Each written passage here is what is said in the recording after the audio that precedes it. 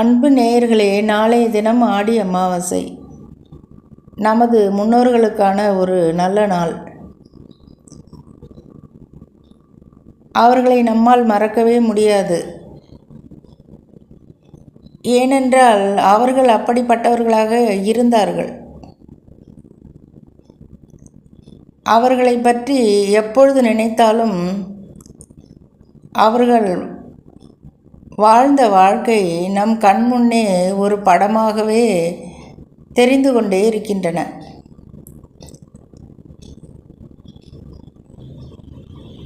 சுயநலமில்லாத வாழ்க்கை அவர்கள் வாழ்ந்தது தங்களது வாரிசுகளுக்காக. நிறைய கலைகளை கற்று வைத்திருந்தார்கள். ஆனால் அவர்களது வாரிசுகள் எல்லாம் அப்படி இருக்கிறார்களா என்று கேட்டால் கேள்விக்குறிதான். அத்தனை கலைகளை கற்று வைத்திருந்தவர்களின் வாரிசுகள் எல்லாம் வெவ்வேறு துறைகளில் சாதித்து விட்டார்கள். ஆனால் நமக்கு வழி வழியாக வந்த கலைகளை அவர்கள் கற்றவர்களாய் இல்லை.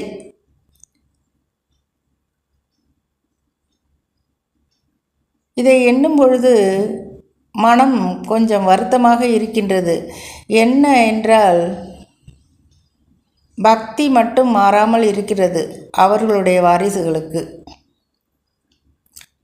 மற்றபடி நம் முன்னோர்களின் கலையை கற்றுக்கொள்ள வேண்டும் என்ற ஆர்வம் அவர்களிடத்தில் இல்லை.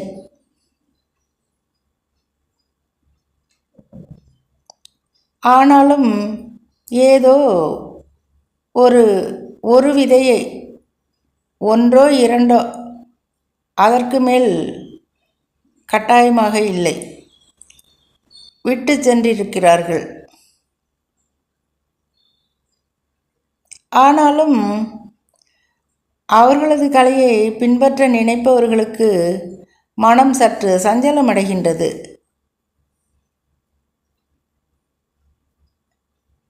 அவர்கள் எல்லோரிடமும் கலைகள் இருந்தன. அத்தனை கலைகளும் நம்மிடம் இருக்கின்றனவா என்றால் இல்லை.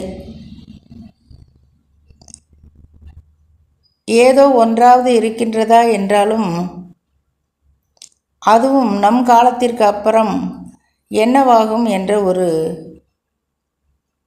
அச்சம் வருகின்றது.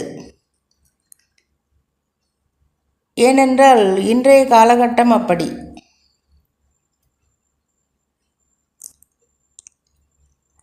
அவர்கள் மறைந்த பின்னும் கனவில் வந்து நமக்கு நன்மையைத்தான் செய்கின்றார்கள். எப்பொழுதுமே நம்முடன் அக்கறையுடன் தான் அவர்களது எண்ணங்கள் மேலுலகத்தில் இருந்தாலும் இப்படித்தான் இருக்கின்றன.